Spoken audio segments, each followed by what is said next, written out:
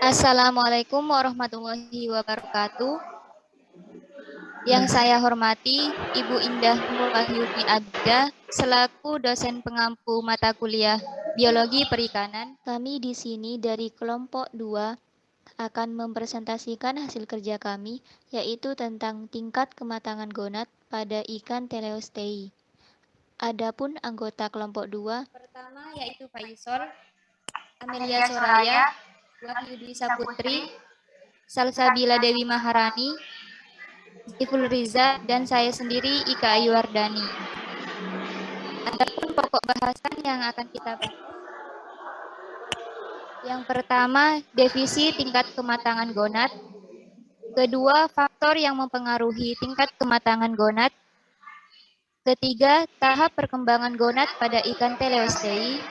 Dan yang terakhir, analisis tingkat kematangan gonad pada ikan teleostei. Untuk bahasan selanjutnya akan saya serahkan kepada pemateri dipersilahkan.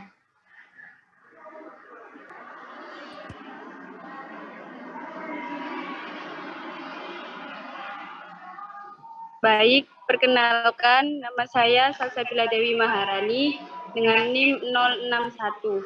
Di sini saya akan menjelaskan definisi tingkat kematangan gonad.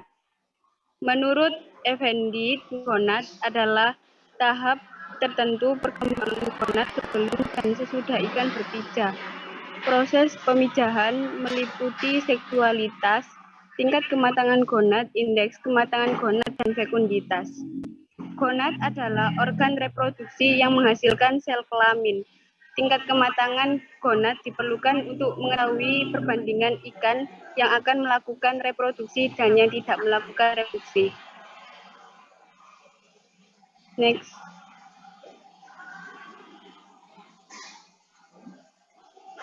Faktor yang mempengaruhi tingkat kematangan gonad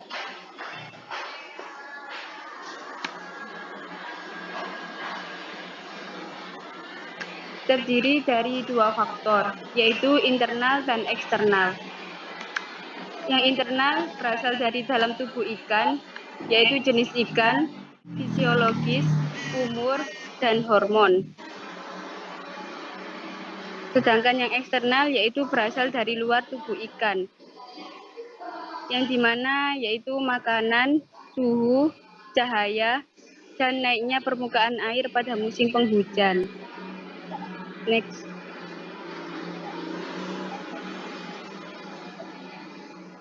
Materi selanjutnya akan dilanjutkan oleh rekan saya. Baik, terima kasih.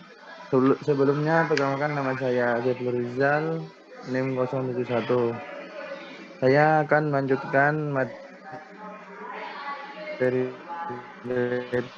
faktor keberhasilan bereproduksi tergantung pada pemijahan dan rekrutmen. Interaksi antara faktor endogen dan lingkungan adalah variabel penting yang memicu pemijahan dan menentukan keberhasilan reproduksi. Rangsangan lingkungan berupa hujan, suhu, betoperoid, si hipotalamus memicu produksi gonadotropin, releasing faktor, dan menstimulasi pelepasan hormon-hormon gonadotropik serta produksi steroid seks yang bertanggung jawab atas aktivitas reproduksi kematangan gonad. Next. Tahap perkembangan gonad pada ikan teleostei.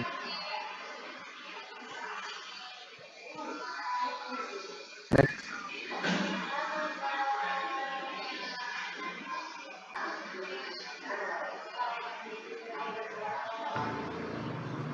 Proses genesis pada telois terdiri atas dua fase, yaitu pertumbuhan oosit atau vitelogenesis dan pematangan oosit.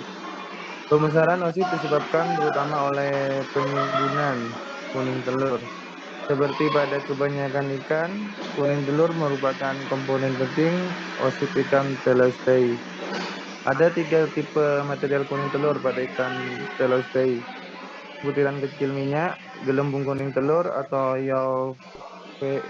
Yolvesid, dan butiran kuning telur atau Yolglubur.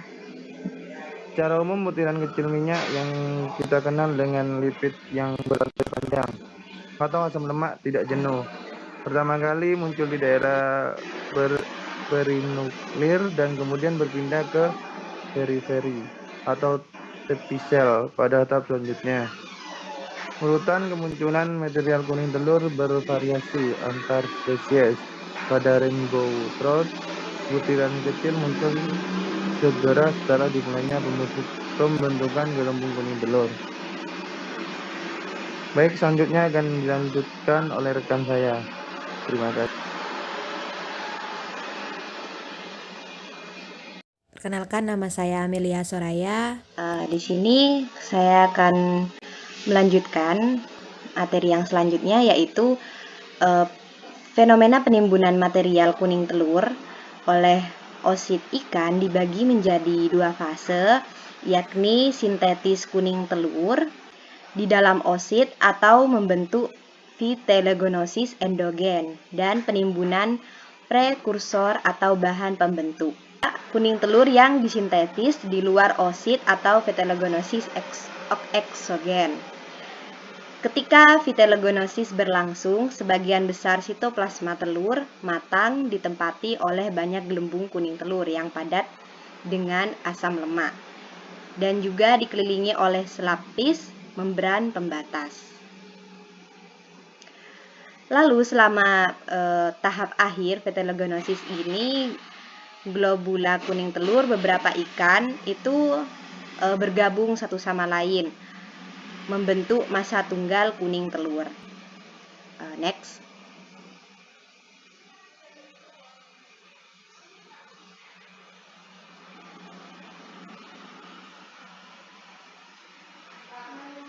Nah, menurut Takata dan Tester tahun 1953, mereka itu membuat pembagian telur menjadi 4 tipe, yaitu pada tipe A, telur primitif pada ikan teleostei belum berkembang, tertanam di dalam jaringan ovarium. Garis tengahnya yaitu antara 0,01 sampai 0,1 mikrometer. Telur ikan itu umumnya pada tipe ini tuh bentuk warnanya itu transparan, kecuali telur yang intinya itu tidak jernih. Selanjutnya ada tipe B. Pada tipe ini telur ikan berkembang sebagian besar. Itu tertanam di dalam jaringan ovarium. Ukurannya itu antara 0,1 sampai 0,5 mikrometer. Telur yang berisi kuning telur itu pada tipe ini masih belum jelas. Nah, tipe selanjutnya yaitu tipe C. Pada tipe C ini, telur gonad tersebut hampir masak, terletak di dalam lumen ovarium. Garis tengahnya itu sekitar 0,5 sampai 0,9 mikrometer. Lalu di dalam telurnya itu terdapat ruangan di antara massa kuning telur dengan dinding telur. Tipe yang selanjutnya yaitu tipe D.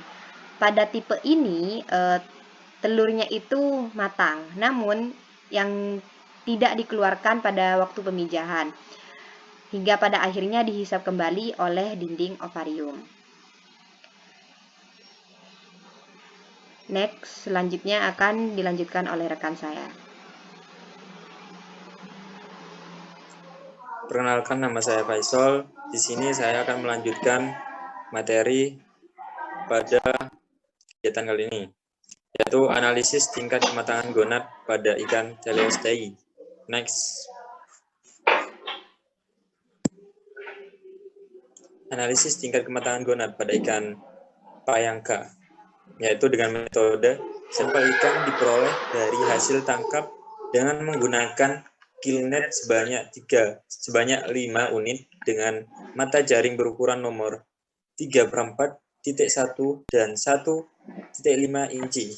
Penelitian ini dilakukan dengan metode deskriptif. Panjang ikan pertama kali matang gonad. Diketahui bahwa kisaran ukuran secara keseluruhan data hasil pengamatan ukuran panjang total ikan betina lebih panjang, yakni 19,2 cm dibanding dengan ikan jantan, yaitu 18,8 cm.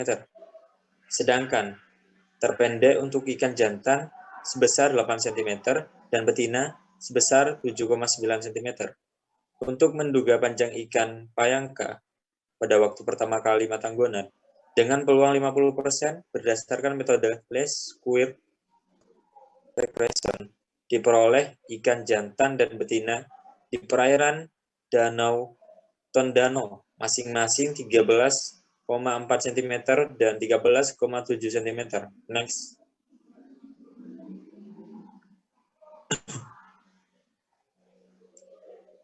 Gonad ikan payangka selama pengamatan di Danau Tomado bisa dilihat pada gambar di samping.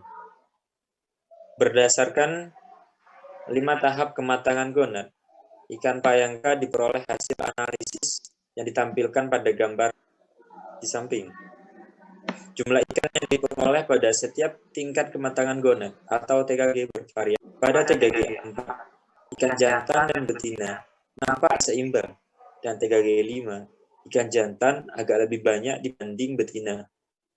Secara keseluruhan, ikan payangka menunjukkan betina lebih banyak ditemukan daripada ikan jantan. TKG 2 dan TKG 3, jantan maupun betina ditemukan paling banyak dibandingkan dengan TKG lainnya. Secara keseluruhan, diduga disebabkan ikan jantan yang tertangkap kebanyakan masih berumur muda saat dilakukan sampling, atau saat jari insang diturunkan tertangkap lebih banyak, atau saat jari insang diturunkan berada pada kelompok ikan betina, sehingga ikan betina berpeluang tertangkap lebih banyak. Betina lebih cepat matang gonad dibanding dengan pada kelompok umur yang sama. Jadi dapat disimpulkan bahwa ikan payangka paling banyak ditangkap pada tingkat kematangan gonad TKG 2 dan TKG 3. Sekian dari saya. Selanjutnya akan diteruskan oleh rekan saya. Sebelumnya, perkenalkan, nama saya Wahyudi Saputri. Saya akan melanjutkan penyampaian materi dari rekan saya. Analisis tingkat kematangan gonad pada ikan kembung atau Rastrelliger branchiosoma. Metode pengambilan sampel dilakukan selama 4 kali pada setiap bulan dan dilakukan di perairan Lekok, tepatnya di Desa Jatirejo, Kecamatan Lekok, Kabupaten Pasuruan, Jawa Timur. Metode selanjutnya yang dilakukan adalah eksperimental fishing dan dilanjutkan metode histologi.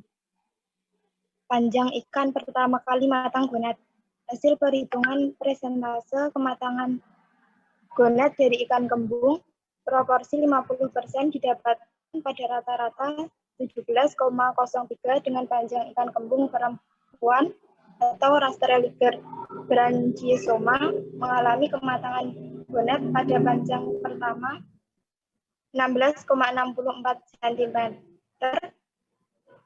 lebih kurang 2,361.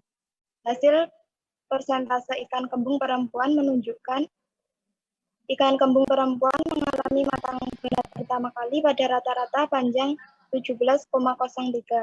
Jadi dapat disimpulkan panjang ikan pertama kali matang gonad pada ikan kembung perempuan atau Rastrelliger branchiosoma adalah 17,03 cm pada kelas panjang 16,64 cm sampai dengan 17,41 cm.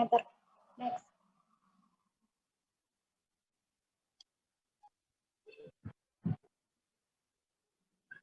Hasil pengamatan histologi. Hasil perhitungan proporsi tingkat perkembangan oosit ikan berada pada tingkat kematangan gonad 3 atau advanced Yang kedua, berdasarkan pengamatan secara morfologi, menunjukkan jika gonad ikan dengan berada pada tingkat kematangan gonad 4, gonad memiliki indeks kematangan 59,2%. Yang ketiga, ciri-ciri lain dapat diketahui adalah ketika proses pembedahan, gonad berada pada lebih dari 2/3 bagian rongga tubuh ikan. Ikan kembung dengan memiliki indeks kematangan 64,2%. Yang keempat, tampak tingkat kematangan gonad 4 dengan diameter telur 777,45 mikrometer. Tingkat kematangan gonad 4 pada hasil histologi menunjukkan nukleus telah bermigrasi ke pinggir sehingga nukleus tidak lagi tampak berada di tengah atau berada pada tingkat kematangan gonad 4 atau fase migratori nukleus sampai pada indeks kematangan gonad ikan kembung perempuan atau Rastrelliger branchiosoma betina tertinggi adalah sebesar 4,696 yaitu pada bulan Desember.